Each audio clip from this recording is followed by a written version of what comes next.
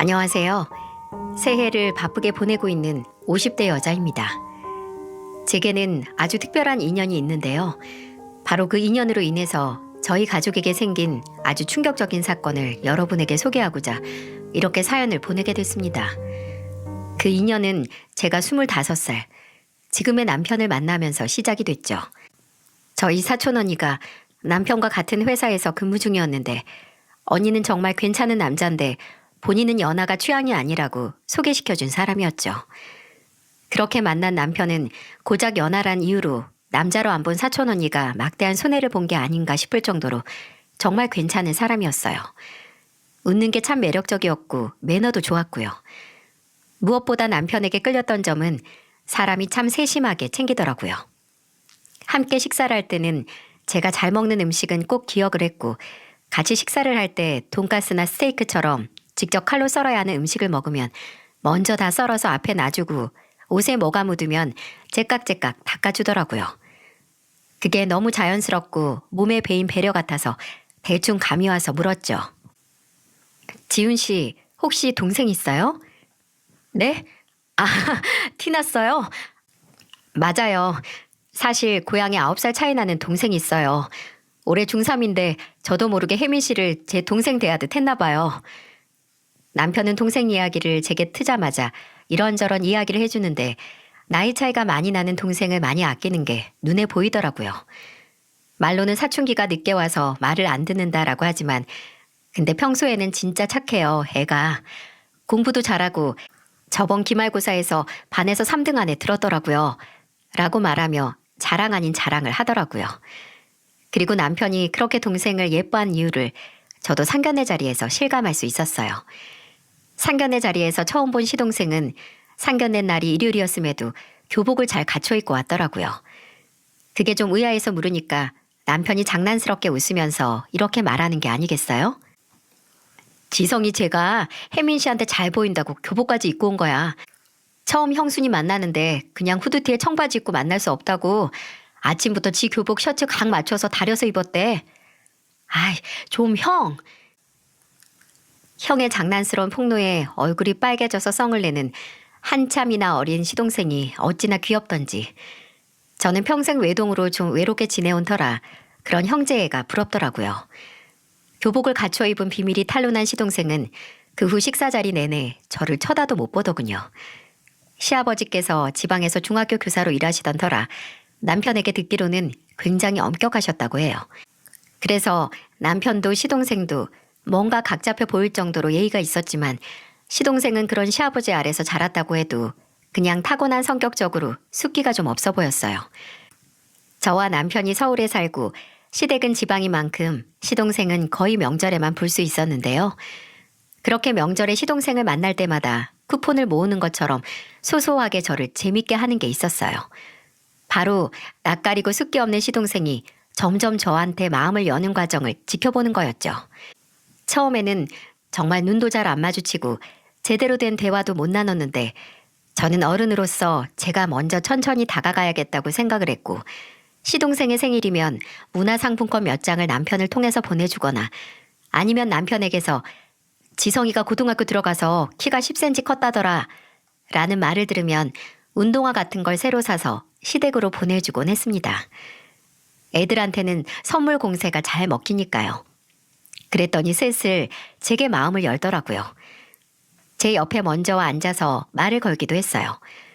한 번은 제가 임신을 했을 때 시어머니께서 저희 집에 놀러 오시면서 한라봉 한 상자를 들고 오셨는데 시어머니가 지성이가 임신하면 신게 당긴다면서 너희 집에 가면서 꼭 사가라고 지 용돈까지 털어서 주더라 라고 하시는 거 있죠? 무슨 경계심 많은 길고양이한테 먹이를 주면서 천천히 다가가는 그런 기분도 들었습니다.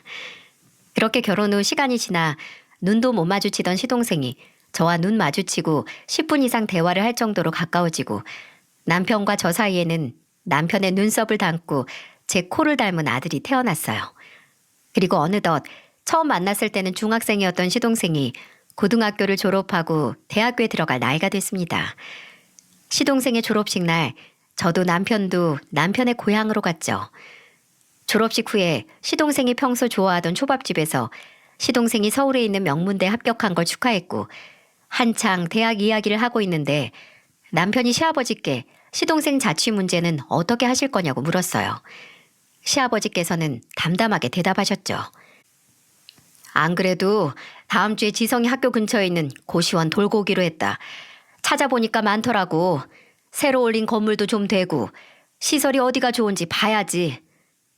그 말을 듣는데 정말 고시원이 최선일까 싶더라고요. 시댁 형편을 모르는 건 아니지만 그래도 4년 내내 다닐 학교를 화장실도 부엌도 수십 명의 모르는 사람들과 공용으로 써야 하는 고시원이라니. 그 손바닥만한 방에서 시동생이 지내는 모습을 상상하니 속이 갑갑해졌습니다. 하지만 남편도 시부모님도 시동생도 당장 서울의 원룸이라도 얻을 형편이 안 되니까 어쩔 수 없다는 듯 받아들이는 것 같았네요. 그날은 남편과 시댁에서 자고 가기로 했는데 시댁에 가는 동안 깊이 생각을 했죠. 그리고 저녁에 씻고 남편에게 말했어요. 시동생을 고시원이 아닌 우리 집에서 함께 지내게 하자고요. 그 당시 저희는 방 3개짜리 빌라에서 살았는데 동네가 시동생이 가기로 한 대학과 멀지도 않았거든요. 그리고 다음날 집으로 돌아가기 전 시부모님께 이야기를 꺼냈어요. 당연히 두 분 다 난색을 표하셨죠. 그렇게까지 안 해도 된다고, 요새 고시원 시설만 좋은 곳 찾으면 괜찮다고, 화장실도 방에 딸린 곳 많다고 하시면서요. 특히나 시아버지께서 저희에게 그런 폐를 끼칠 수 없다고 손까지 들어 흔들어 보이셨어요. 저는 그런 시아버지께 고개를 흔들며 말했죠. 그래도 어디 집만 하겠어요? 좋은 학교 갔는데 괜히 사는 환경 때문에 사람이 우울해질 수도 있고 학업 성취도도 떨어질 수 있잖아요. 저도 삼시세끼 매일 챙겨준다고 장담은 못해도 고시원에서 지내는 것보다는 훨씬 나을 거예요. 저희는 도련님만 좋다고 하면 당장 내일 들어와도 괜찮은데 도련님은 어때요? 시동생도 가족들 앞에서 괜찮은 척했지만 내심 고시원에 가는 게 썩 달갑진 않았는지 며칠 고민 끝에 저희 집으로 들어와 대학교를 다니기로 결정을 했습니다. 시동생이 짐을 다 옮기기 전 남편과 저는 비어있던 방을 정리해서 시동생이 쓸 가구도 들여놨어요. 시동생이 최대한 이곳을 잠시 머무는 곳이 아니라 집으로 생각해서 괜히 본인을 객식구라고 느끼질 않길 바랬습니다. 하지만 쉬운 일은 아니었어요. 제가 보기에도 시동생이 조금이라도 집안일에 도움이 되고 보답을 하려는 게 보였거든요. 학교를 다니면서 과외 아르바이트를 틈틈이 했는데 처음에는 월급을 받아서 생활비를 내려고 하는 거예요. 남편이 정말 화를 냈죠.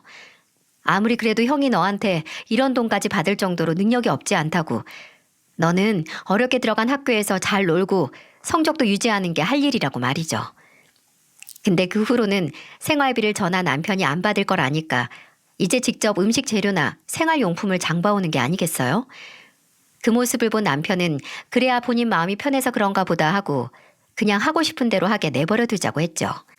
또 한 달에 한 번은 저희 아들과 날짜를 정해서 손잡고 동네 큰 문방구에 가서 장난감을 하나씩 사주곤 했어요. 그건 단순히 조카에게 장난감을 사주는 것뿐만이 아니라 은밀한 계약의 일종이었는데요. 저희 애가 어렸을 때부터 양치하는 습관이 정말 안 들었었어요. 그래서 저도 남편도 자기 전에 칫솔을 들고 아들 입을 열기 위해 한판 전쟁을 치러야 했습니다. 그때 시동생이 제안을 한 거예요. 한 달 동안 매일 빠짐없이 양치를 하면 삼촌이 문구점에 가서 승우가 원하는 거 뭐든 사준다고 말이죠. 그렇게 초코맛, 딸기맛 치약도 먹히지 않던 아들은 시동생과의 약속으로 인해 밥만 먹으면 바로 화장실에 달려가 양치를 했습니다. 이렇게 시동생은 저희 집에 엄청난 도움이 됐는데 본인만 모르는 것 같았어요. 한 번은 남편이 지성이가 학교 끝나고 동기들이랑 술만 마시면 집에 안 들어오는 것 같아. 그제도 술 먹고 들어간다고 동기 자취방에서 자고 간다고 했었잖아. 괜히 술 먹고 집에 들어오면 민폐라고 생각하는 건가? 라고 말하며 좀 서운하다고 하더군요. 형이 동생 술주정 좀 받아줄 수 있지 하고요. 근데 아무리 생각해도 이제 같은 집에 산 지 반년이 넘어가는데도 그렇게 눈치를 보는 게 저 때문인 것 같은 겁니다. 형하고 조카 그리고 형수 중에 가장 불편한 사람이 누구겠어요? 그래도 몇 년 동안 가족으로 살았지만 그래도 형수는 어렵나 보다 싶어서 괜히 시동생과 저 사이에 벽이 더 단단하고 높아진 것 같아서 씁쓸했는데 아직 그 벽이 허물어질 타이밍이 안 온 것일 뿐 불가능한 게 아니더라고요. 그날은 제가 몸 상태가 안 좋아서 밥만 안 치고 바로 약 먹고 잤거든요. 그렇게 땀 쭉 빼면서 자고 있는데 얼마나 잤는지 모르겠지만 귓가에 소음이 들리면서 눈이 먼저 떠지더라고요. 남편은 옆에서 자고 있고 휴대폰을 확인해 보니 밤 11시가 되고 있었죠. 근데 살짝 열린 방문 틈으로 진짜 미세한 빛이 들어오고 뭔가 떨그럭거리고 물소리도 살짝 들리는 게 아니겠어요? 뭐지 싶어서 푹 자서 깨어난 몸을 일으켜 나가봤더니 제가 일찍 잠에 들었음에도 불구하고 거실이 말끔하게 청소가 되어 있더라고요. 밟히는 거 하나 없이 말끔한 거실 바닥을 밟으며 물소리 근원지로 향하는데 주방불이 켜져 있었고 그곳에는 묵묵히 뒤돌아서서 설거지를 하는 시동생의 등이 보였습니다. 도련님, 이 시간에 뭐해요? 아, 깨셨어요? 혹시 저 때문에 깨셨어요? 조용히 한다고 했는데 그릇 부딪히는 소리가 컸나 봐요. 죄송해요. 얼마 안 남았으니까 빨리 끝낼게요. 아니, 그게 아니고 혹시 거실도 도련님이 치운 거예요? 별로 할 것도 없었어요. 승우가 바닥에 장난감하고 책들만 치웠고 전 걸레질 한번 했는데요, 뭘. 아우, 도련님, 이렇게 안 해도 돼요. 내일 학교 가는 날이잖아요. 과제도 많으면서. 이 정도는 당연히 같이 사는데 저도 해야죠. 제가 먹은 그릇도 있고 저도 거실 쓰는데 형수님은 가끔 제가 아직도 중학생으로 보이시나 봐요. 걱정 마세요. 집안일을 학교 공부에 지장 갈 만큼 하진 않으니까요. 아, 그러고 보니 형수님 식사 안 하고 주무셨잖아요. 아까 나가서 즉석 죽 사왔는데 데워드릴까요? 그럼 죽은 됐고 라면이나 하나 끓여줄래요? 왜? 저번에 도련님이 친구들하고 놀러 갈 때마다 라면 당번이라면서요. 잘 끓여서. 그 소문난 라면 나도 한번 먹어보게요. 순간 내 쪽에서 시동생을 어린애 취급하고 선을 그었나 싶은 생각에 충동적으로 라면을 끓여달라고 했어요. 시동생은 알겠다고 하면서 바로 라면 끓일 준비를 하더라고요. 근데 확실히 제대로 맛을 내는 법을 아는 것 같았습니다. 대파랑 다진 마늘 볶던 기름에 물을 붓고 콩나물에 청경채, 매운 고추 넣고 확 끓인 라면은 일단 냄새부터 소주를 부르더군요. 그래서 시동생이 라면을 다 끓이고 식탁에 내올 때 저는 냉장고에서 소주 한 병을 꺼내왔죠. 형수님, 아직 몸도 안 좋으신데. 괜찮아요. 아까 땀 쫙 빼고 푹 자니까 한결 개운해졌어요. 도련님이 끓인 라면이랑 소주 한 병 딱 마시면 더 개운해질 것 같아요. 도련님도 같이 한잔 할래요? 그러고 보니까 도련님 주민등록증 나온 지가 언젠데 같이 술 마셔본 적이 없는 것 같네요. 제 말에 시동생은 잠시 생각하는 것 같더니 안 빼고 싱크대 쪽에서 소주잔 2개를 들고 나오더군요. 그렇게 처음으로 시동생과 대작을 하기 시작했어요. 칼칼하고 시원한 국물보다 제 속을 개운하게 만든 안주는 바로 시동생과 술김에 털어놓게 된 그동안 나누지 못한 대화였죠. 도련님은 졸업하고 세운 계획 따로 있어요? 아, 아직 군대도 안 갔는데 내가 너무 앞서갔나? 저요? 저는 개인 사업하고 싶어요. 사업이요? 무슨 구상이라도 있어요? 아니요. 그런 건 아닌데 그냥 사업을 하고 싶다는 것만 구상했죠. 그냥 나중에 돈 벌면 우리 가족들 다 제가 버는 돈으로 평생 걱정 없이 살 수 있게 돈 벌고 싶다는 게 제 꿈이었는데 그렇게 막연하게 생각하니까 사업이 하고 싶더라고요. 뭐 사자 들어간 전문직도 있지만 의사하기엔 제가 피를 못 보고 변호사하기엔 말주변이 그렇게 좋은 것도 아니고 그냥 막연한 생각이에요. 막연한. 진짜 꿈은 나중에 정말 돈 많이 벌면 넓은 땅 사서 거기 3층짜리 주택 지어서 저랑 형이랑 부모님이랑 다 같이 사는 거예요. 물론 형수님한테는 제일 좋은 방 드릴게요. 아, 나 좀 봐. 저 정말 형수님이 편해졌나 봐요. 이런 뻘소리도 하고. 근데 되게 기분 좋아요. 사실 전 늘 형보다 누나가 갖고 싶었거든요. 형한테는 비밀이에요. 그 양반 보기보다 잘 삐져요. 맞아요. 진짜 잘 삐지죠? 아휴, 손 많이 가게. 그래요. 이건 우리 둘만의 비밀로 해요. 결혼하고 거의 5년 만에 시동생과 진정한 가족이 된 기분이었어요. 그 후로는 서로 스스럼 없이 고민도 털어놓고 대화도 할 수 있는 그런 사이가 됐어요. 제가 남편과 싸우면 제일 먼저 고민 상담을 하는 사람이 시동생이 됐고, 시동생이 처음 여자친구가 생겼을 때 연애 코치가 바로 저였죠. 그렇게 시동생이 군대에 다녀온 뒤 대학교도 졸업하고 나서 무사히 경험과 커리어를 위해 대기업에 입사를 할 수 있었는데요.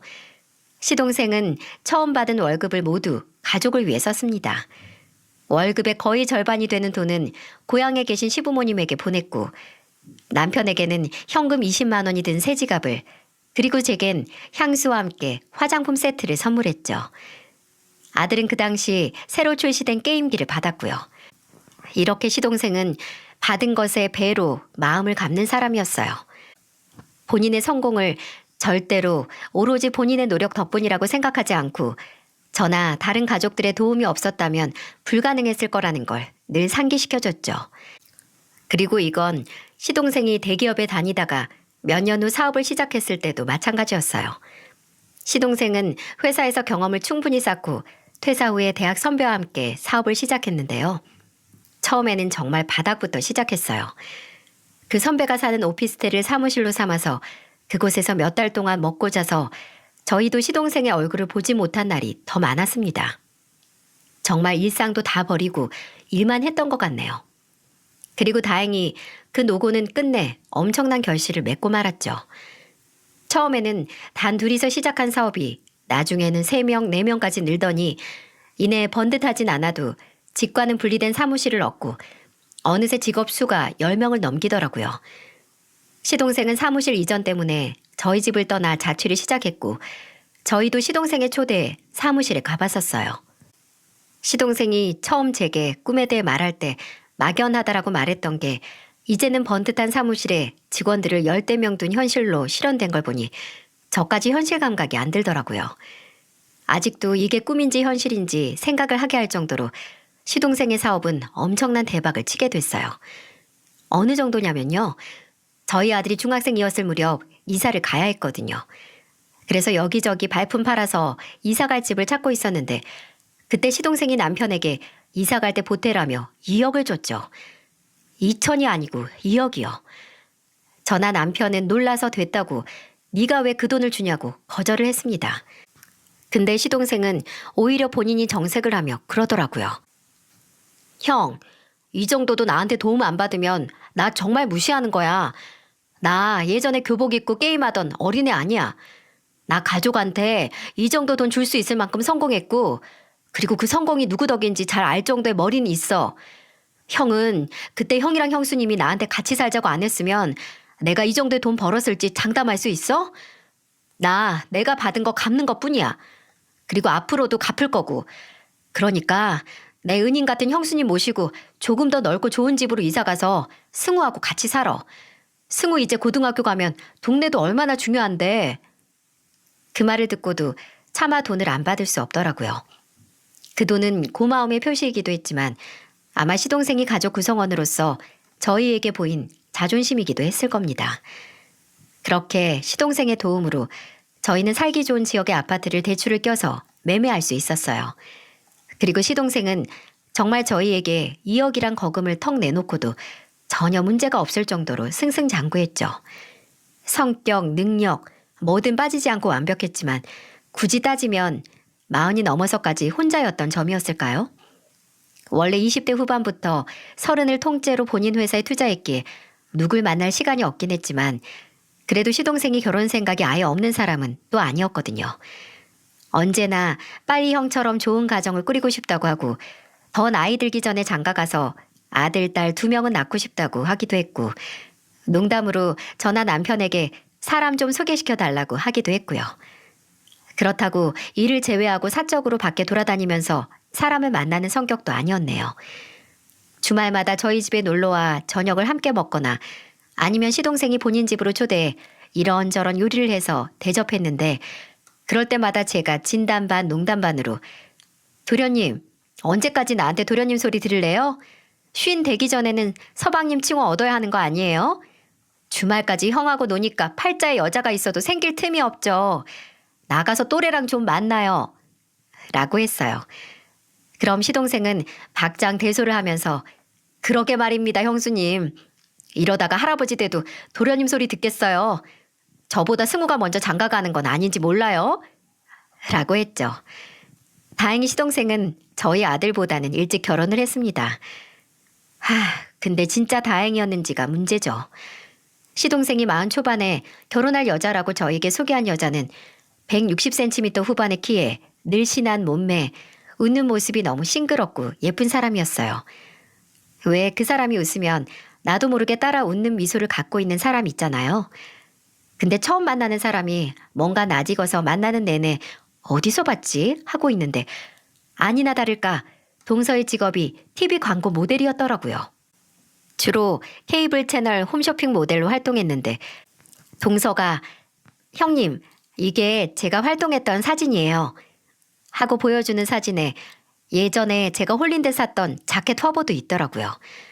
그걸 보면서 와, 우리 집안에도 방송물 먹은 사람이 들어오는구나 라는 생각에 연예인 보는 듯 신기하기도 했고 또 애교 많고 부친성 좋고 심지어 외모, 능력 다 되는 동서를 보고 저희 시동생이 드디어 제 짝을 만났구나 하는 생각에 흐뭇하기만 했네요. 근데 단 한 가지 좀 마음에 걸리는 게 있었는데 그때는 그냥 제 착각이겠거니 했어요. 뭔가 동서가 선을 긋는 듯한 겁니다. 사람이 그런 느낌이 있잖아요. 뭔가 대화 중간중간 선을 딱 긋는구나. 뭔가 개인주의적이다 싶은. 근데 뭐 오래된 사이도 아니었고 사람이 다 본인만의 스타일이 있으니 그러려니 했어요. 근데 불행하게도 이 그저 느낌뿐인 제 감상은 앞으로 일어날 대형 사고의 전조 단계였습니다. 시동생은 결혼 후 동서가 원하는 지역으로 옮겨서 신혼생활을 시작했어요. 원래는 저희 집에서 가까운 동네여서 얼굴도 종종 봤었는데 그러질 못해서 서운하다 싶다가도 그래도 무소식이 희소식이겠지. 둘이서 잘 살았으면 좋겠다 싶더라고요. 시동생도 원체 일이 바쁜 사람이고 동서도 생기니까 사생활이 중요해져서 거의 명절에만 만나는 사이가 됐지만 그만큼 오랜만에 얼굴 보면 더 애틋하더군요. 동서도 저나 시부모님에게 참 싹싹하게 잘 다가오고 이건 뭐냐 저건 뭐냐 궁금한 것도 많고 뭘 하면 본인이 거들려고 나서기도 잘하더라고요. 무엇보다도 시동생이 신혼 시절 얼굴이 확 핀 게 눈에 보여서 다행이다 싶었습니다. 근데 그것도 몇 년 가지 않았어요. 시동생이 결혼하고 3년이 지나고 4년이 지나도 어쩐지 임신 소식이 들려오지 않는 겁니다. 물론 제가 알 바 아니고 당사자 둘의 일이지만 결혼 전부터 시동생이 신혼집 리모델링 할 때 다른 방들보다 아이방 먼저 만들 정도로 얼마나 빠르고 간절하게 아이를 원했는지 알기에 신경이 쓰일 수밖에 없었어요. 하루는 남편이 시동생에게 어째 좋은 소식이 안 들려온다?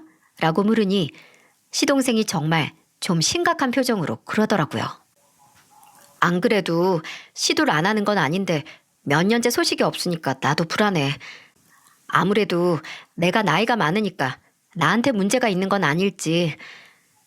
만약 그렇다면 민주한테 미안해서 어떡해? 민주도 나만큼 아이를 원하는데.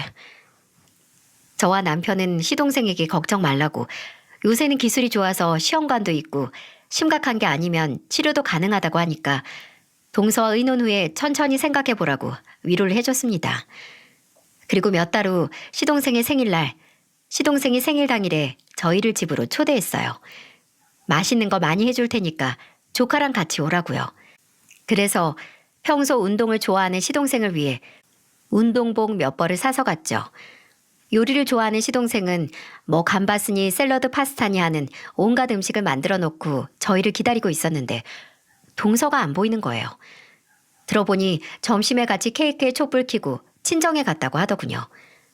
뭔지 모르게 살짝 불편한 마음을 애써 감추고 시동생이 차려준 음식 먹고 이런저런 대화를 나누는데 새 컵이 필요해서 제가 싱크대 쪽으로 갔거든요. 근데 살림해보신 분들은 아실 거예요. 인덕션 겉에 두껍게 코팅될 정도로 쌓일 기름은 하루 이틀 사이에 생기지 않는다는 것을요.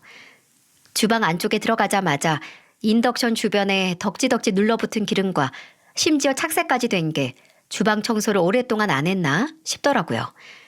그리고 냉장고에서 음료수를 꺼내려는데 점심에 생일 케이크에 초를 붙였으면 케이크가 남아있어야 하는 거 아닌가요? 그런데 냉장고를 포함해서 주방 어디에도 케이크 상자를 보지 못했어요. 불편한 생각은 작아질 줄 모르고 점점 짙어져 가는데 그 생각에 활용점정을 찍는 걸 목격하고야 말았습니다. 화장실에 가다가 방문 하나가 열려 있어서 생각 없이 눈길이 가서 보게 됐는데 와, 저는 혹시 동서가 야반도주를 했나 싶더라고요. 드레스룸으로 보이는 방 안에는 방금 좀도둑이 들어와서 물건을 뒤졌다고 해도 믿을 정도로 엉망이었어요.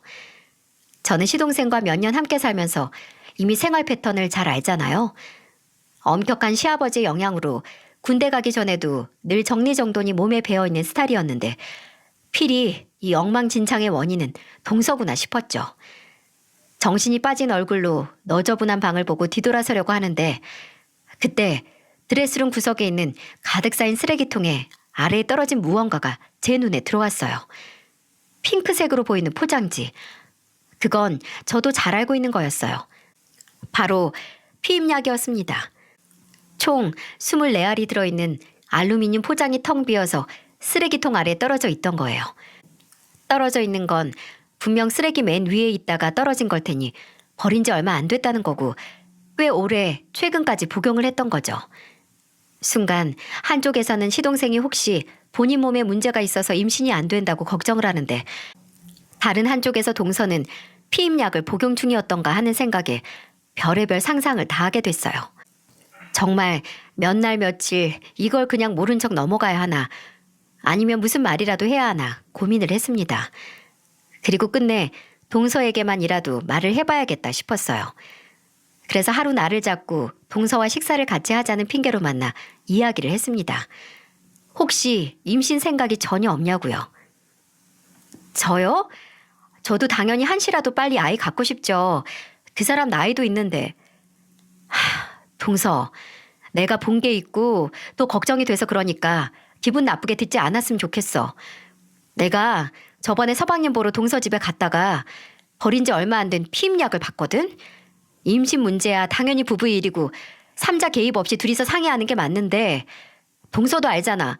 서방님이 얼마나 아이를 원하는지. 근데 안 생기니까 혹시 본인 몸에 문제가 있는 건 아닐까 엄청 걱정하고 있어. 동서한테도 미안해하고. 동서가 만일 아이를 갖고 싶지 않아서 약을 복용한 거면 지금이라도 솔직하게 서방님한테 털어놓고 상의를 해. 끝을 내든 의견을 조율하든 이대로 서방님이 본인 탓만 하면서 괴롭게 만들지 말고. 우리 형님이 걱정하셨구나. 사실 이번 달에 제가 약을 먹은 건 맞아요. 회사에서 좋은 광고 제의가 들어왔는데 그게 촬영이 6개월 후라서 지금 아이가 생기면 물거품이거든요. 저도 그 사람이 아이를 얼마나 원하는지 아니까 지금은 당장 때가 아니라고 하면 상처받을까 봐 걱정돼서 말 못했던 거지. 다른 생각은 없었어요. 걱정 마세요. 이 광고만 끝나면 정말 아이 가질 거예요. 그러니까 걱정 마세요. 우리 형님이 어린 서방님 생각하는 건 알아줘야 한다니까. 그리고 동서의 말을 더 이상 의심하지 못했던 게 정말 반년 후 동서는 임신 소식을 알려왔습니다. 그 말이 정말이었다는 안도감이 몰려왔죠. 시동생은 사업을 하고 첫 대형 거래를 성사했을 때보다 기뻐서 어쩔 줄 몰라 했어요.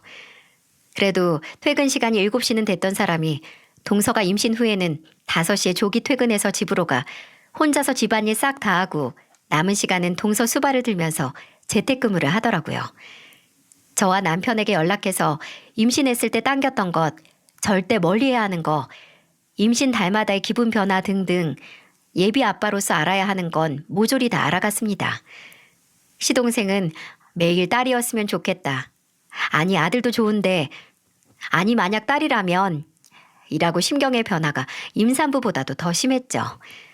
그렇게 태어날 아이를 위해 하루하루 설레했고 만반의 준비를 다 해가던 와중 동서가 임신 26주 정도 됐을 때 임신을 하고 처음으로 시동생이 지방으로 출장을 가야 했어요. 그래도 임신한 동서를 두고 집을 비우는 게 마음이 안 놓인다며 미루고 미루다가 안 가려고 하는데 안 되는 데까지 온 거죠. 가기 전에도 제게 혹시 시간이 된다면 한번 들여다 봐달라고 간곡히 부탁까지 하고 그제야 출장길에 오르더군요. 그렇게 임신한 동서와 뱃속의 아이를 끝까지 걱정하며 떠난 시동생은 차마 본인 걱정은 못해나 봅니다. 시동생이 출장을 가고 이틀 후 동서에게서 울면서 전화가 왔어요. 시동생이 하루 일찍 출장을 끝내고 서울로 오다가 접촉사고가 크게 났고 지금 병원으로 후송 후 수술 중이라고 말입니다. 저도 남편도 놀라서 바로 시동생이 수술 중이라는 병원으로 달려갔어요. 부푼 배를 끌어안고 울고 있는 동서는 저를 보자마자 매달려서 더 큰 소리로 울기 시작했어요. 형님, 남편 잘못되면 저 어떻게 해요? 저랑 뱃속의 아이는 어떻게 살아요? 패닉에 빠진 동서를 보면서 저 또한 정신을 차릴 수 없었고 그렇게 든든하고 강철과도 같은 형이었던 남편도 끝내 수술실 앞에서 눈물을 흘렸습니다.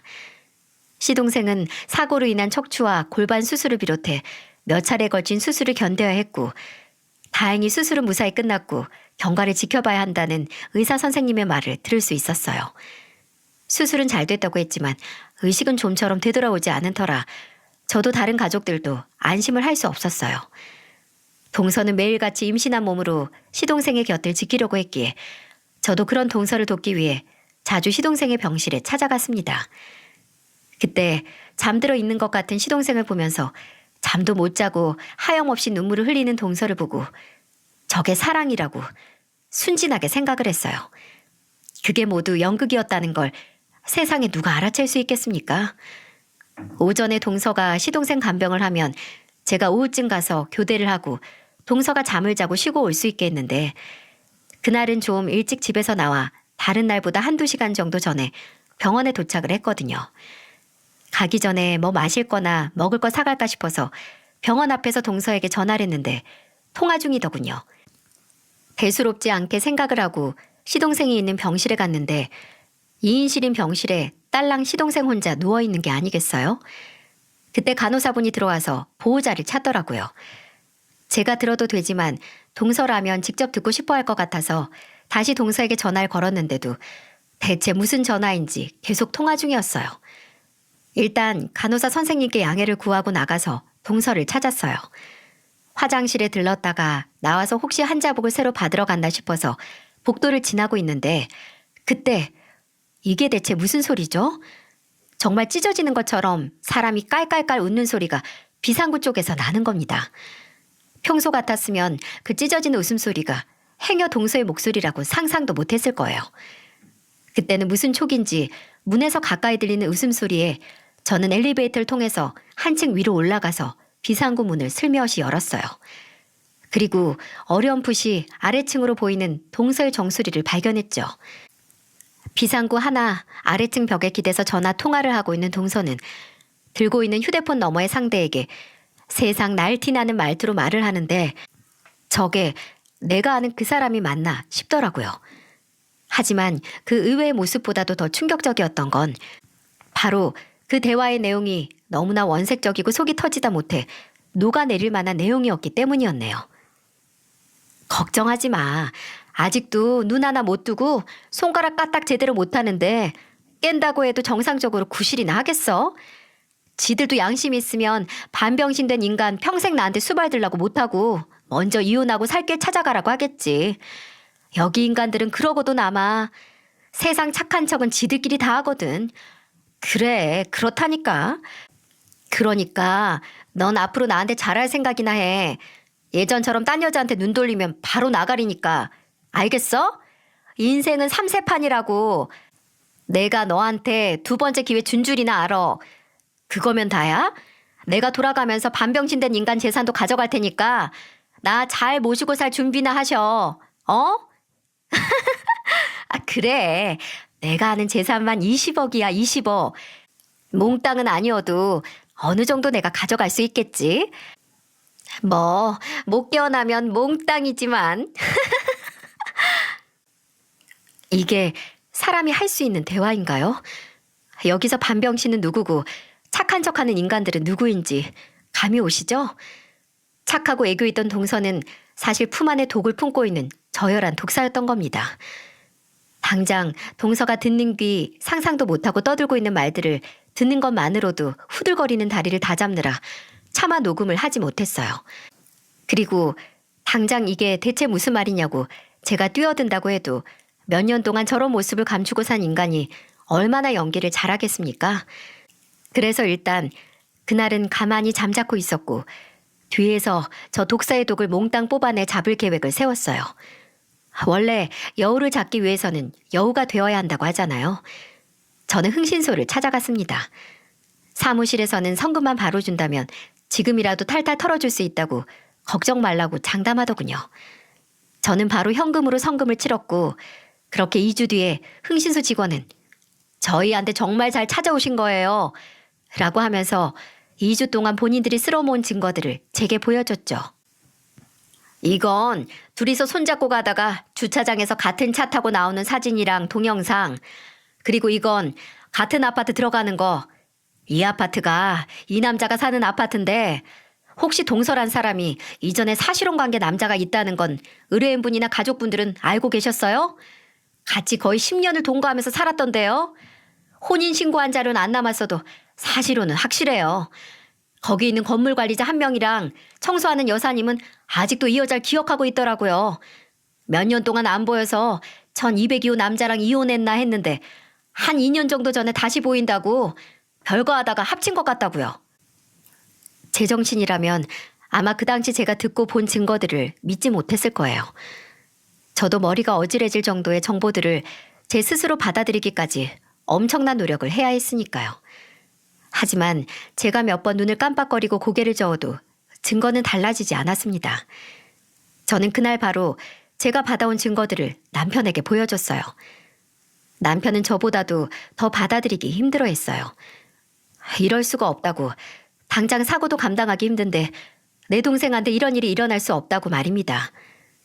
저는 반년도 훨씬 전에 제가 피임약을 발견했을 당시 이야기를 했고 동서가 바람을 피우느라 임신을 늦췄을 것 같다라고 말하니 남편은 그때부터 점점 사실을 받아들이기 시작하더라고요.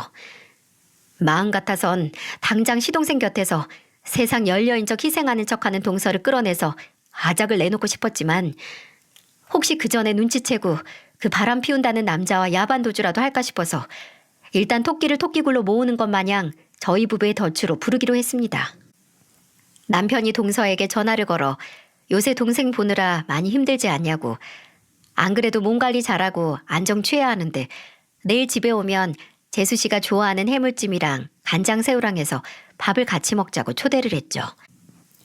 동서는 그저 그 착한 척하는 인간들이 또 착한 척한다고 생각했는지 바로 걸려들더군요. 그래서 병원에는 급하게 구한 간병인을 보내놓고 셋이서 이 중 한 명에게 마지막이 될지도 모르는 만찬을 했습니다. 동서가 저희 집에 오고 한동안은 그 독사가 마음껏 처먹는 꼴을 지켜봤습니다. 그래도 임산부인데 배도 안 채우고 작기 미안하잖아요. 어느 정도 다 먹어갈 때쯤 남편이 먼저 넌지시 말을 꺼냈어요. 재수 씨, 요새 많이 힘들죠? 몸도 무거운데 아픈 사람 간병하느라. 그냥 평범한 사람도 몸이나 정신적으로 어려운 일인데 정말 고생이 많아요. 아휴, 뭐 그렇게까지 힘들지 않아요. 제 남편이고 제 가족인데 당연한 거죠. 그래도 참 가족이어도 대가 없이 이렇게 순수한 마음으로 봉사할 수 있는 게 어렵잖아요. 아니지, 재수 씨 같은 경우에는 20억이나 보장받으니까 당연한 건가? 네? 20억이요? 무슨 20억이요?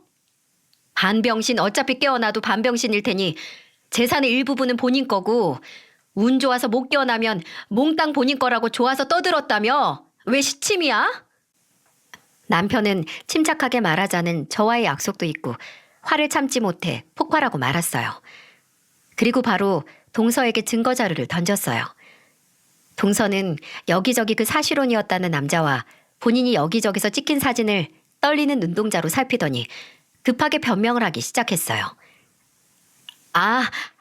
이게 사실은 형님이랑 아주버님께서 이거 보고 무슨 생각하실지 아는데 사실은요. 동서, 괜한 변명하지 말고 사실이나 말해. 우리도 어느 정도 다 알고 지금 동서 부른 거니까 헛수고할 생각하지 말고. 일단 그 언제 태어나도 안 이상할 정도로 큰 뱃속의 아이 누구 아이야? 정말 우리 서방님 애야? 아니면 같이 10년은 살았다는 이 남자애야? 형님, 아무리 그래도 그렇지 어떻게 그런 걸 물으세요? 이 아이는 제 남편애 맞아요. 진짜 누굴 머저리 취급하는 거야? 동서 말처럼 우리가 착한 척 할진 몰라도 머리가 동서처럼 비어있는 건 아니거든? 그렇게 약 먹어서 서방님의 임신 안 하려고 했던 사람이 왜 갑자기 애 생겼다고 했겠어? 10년 동안 동거하면서 정든 남자 애 생긴 거라서 못 지운 거 아니야? 아니라니까요. 그리고 막말로 지금 당사자인 남편은 병원에 누워서 정신도 못 차리고 있는데 왜 형님이랑 아주버님이 난리세요? 진짜 오지랖이 태평양이네요. 제가 바람을 피웠든 이 애가 누구 애든 그건 저랑 남편이 알아서 할 일이죠. 이렇게 제3자가 끼어들어서 사람 죽일 듯이 닥달할 게 아니라. 그 순간 이건 우리 일이라는 말이 어찌나 화가 나는지 저는 동서가 임신했다는 사실도 있고 저도 모르게 뺨을 올려붙였습니다. 근데 그때 뺨을 맞은 충격 때문인지 한꺼풀 덮여있던 동서의 두꺼운 낯짝이 벗겨진 것 같았어요. 동서는 악을 쓰면서 제게 휴대폰을 들어보이면서 말했죠. 이게 어디서 손을 들어? 나 모델이야, 이 추녀야. 넌 낯짝이 두들겨 맞든 아니면 피장파장 다를 게 없는지 모르지만 나는 이게 내 밥벌이고 내 자산이란 말이야. 근데 감히 그 재산에 손을 대? 그래, 어디 한번 그 대가 치러봐라. 너 내가 가만 안 둬. 경찰이 확 고소할 테니까. 고소해라, 고소해. 당장 간통죄만 폐지 안 됐으면 콩밥 먹었을 인간이 뭘 잘했다고 큰 소리야? 그리고 네 재산? 그거 어차피 시간만 지나면 똥값 될 거다. 특히나 너같이 인성이 썩어 빠진 애는 그 썩은 인성에서 나는 악취가 밖으로 나와서 밖에 껍데기도 오염시킬 테니까 어디 서방님하고 이혼하고 혼자서 썩은 껍데기 두르고 잘 살아봐라. 그 썩어 빠진 껍데기 덕분에 저는 처음으로 경찰 조사를 받았네요. 참 새로운 경험은 동서라는 인간 때문에 다 해봤습니다. 동서는 눈에 보이는 증거에도 끝까지 시동생이 사고가 난 후에 잠깐 예전 남자를 만난 것뿐 아무 사이도 아니고 뱃속의 아이도 시동생의 아이라고 했지만 그럼 혈액 검사를 통해 유전자 검사를 하자는 저와 남편의 의견은 반색을 하면서 못하겠다고 하더군요. 본인의 무고함을 증명할 수 있는 방법을 거부하다니 죄가 없다면 과연 이랬을까요? 참으로 씁쓸하고 슬펐던 건 그 사건 후 시동생이 깨어났을 때 시동생에게 이 사실을 알리니 시동생이 크게 놀라지 않았다는 겁니다. 저도 남편도 막 깨어난 지 며칠이 안 돼서 아직 현실이 구분이 안 가나 했는데 사실 동서가 누굴 만나고 있다는 느낌은 임신 소식을 듣기 이전에 본인도 느끼고 있었다는 거예요. 근데 곧바로 동서가 임신 소식을 알려왔고 시동생은 그 임신이 어쩌면 이런 의구심을 잠재우고 다시 새 출발을 할 기회가 아닐까 싶었대요. 그래서 더 태어날 아이만을 생각하며 살았는데 이렇게 사고가 나서 죽었다 살아나서 듣는 소리가 아내가 외도를 했고 뱃속의 아이도 본인 아이가 아닐 가능성이 있다는 말이라니 본인이 너무 바보 같고 절망스럽다고 하더군요. 생사의 고비에서 살아난 시동생이 바로 이런 일을 겪어야 하는 게 안타깝고 화가 났어요. 물론 그 분노의 대상은 동서였고요. 동서는 거짓말 조금 보태서 출산을 위해 수술대 위에 눕기 직전까지 이 아이는 시동생의 아이라고 외쳤을 겁니다. 그 전까지 저와 남편의 감시와 만류에도 어떻게든 시동생이 있는 병원에 찾아와 당신 아이 맞다고 난동을 부려서 병원 경비에게 끌려서 쫓겨났었거든요. 시동생은 그 꼴을 보고 침착하게 그래도 바람을 피운 거 맞지 않냐고 아이가 태어나면 그때 이야기하자고 했었죠. 그리고 출산 당일 결과는 어땠을 것 같나요? 동서가 아무리 무고하다 외쳐도 시동생은 이혼 소송을 진행했기에 친자 검사를 할 수밖에 없었는데 아이는 당연히 시동생의 아이가 아니었어요. 10년 동거한 그 남자의 아이일 확률이 높아진 거죠. 이제와 생각해보면 동서도 태어난 아이 친아빠가 누구인지 도박을 한 건 아닌가 싶어요. 동시에 두 남자를 만나고 있었으니 본인도 헷갈릴만 하죠. 시동생은 병원에서 재활 치료를 받으면서 이혼 소송을 진행했고 다행히 동서가 외도를 했다는 명확하고 숨쉬는 증거가 있었기에 이혼은 복잡하지 않게 끝났습니다. 재판장에서 동서는 시동생에게 아이는 아이 아빠에게 맡길 테니까 제발 다시 생각해보라고 매달렸다고 해요. 근데 그걸 듣고 알겠다고 할 모질이가 얼마나 있을까요? 시동생은 가차없이 동서, 아니 그 동서였던 그 머저리를 거의 무일푼으로 집에서 쫓아냈죠. 이건 여담인데 나중에 흥신소에서 추가 정보를 구해와서 제게 연락을 해왔었어요. 제가 흥신소에 의뢰를 하면서 동서의 결혼식 사진을 보여준 적이 있었는데 직원의 조사에 따르면 그 사진 속 동서의 부모님이 동서의 진짜 부모님이 아니라는 겁니다. 무슨 말인고 하니 동서가 따로 구한 대역 아르바이트 배우였다는 거예요. 원래 친정도 저나 시동생에게 말했던 동네가 아니라 한참 떨어진 경기도 외곽 지역이었고 그곳에서 홀어머니가 혼자 사신다고 하네요.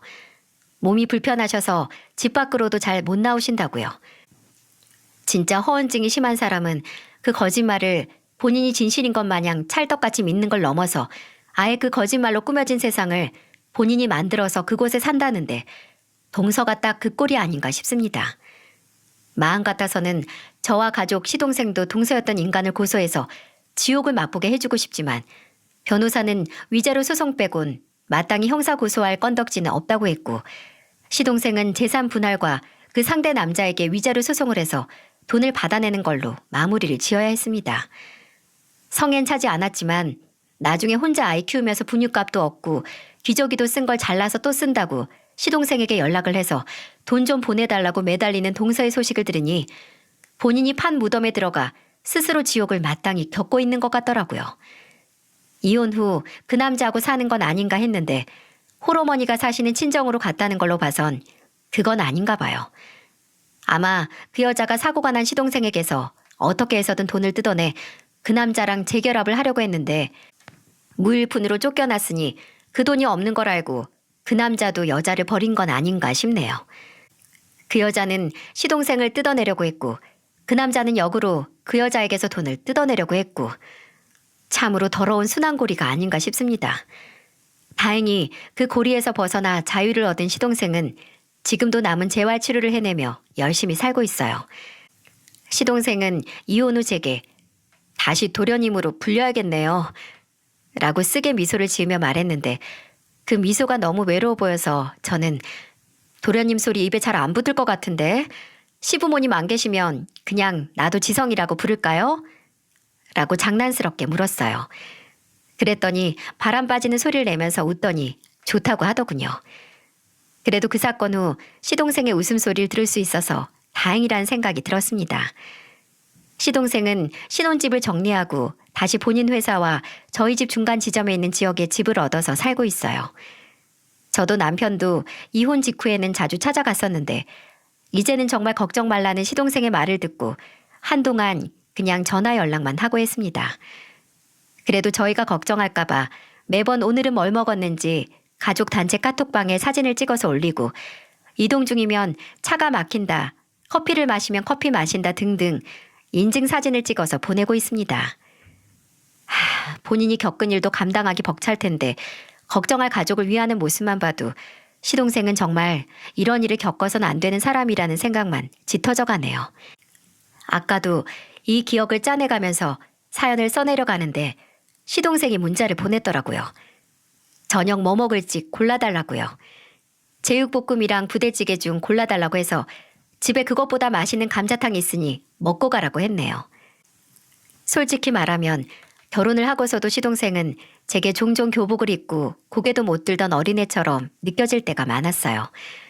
근데 이제는 큰 인생의 파도를 스스로 묵묵히 넘는 어른이라는 느낌이 커졌습니다.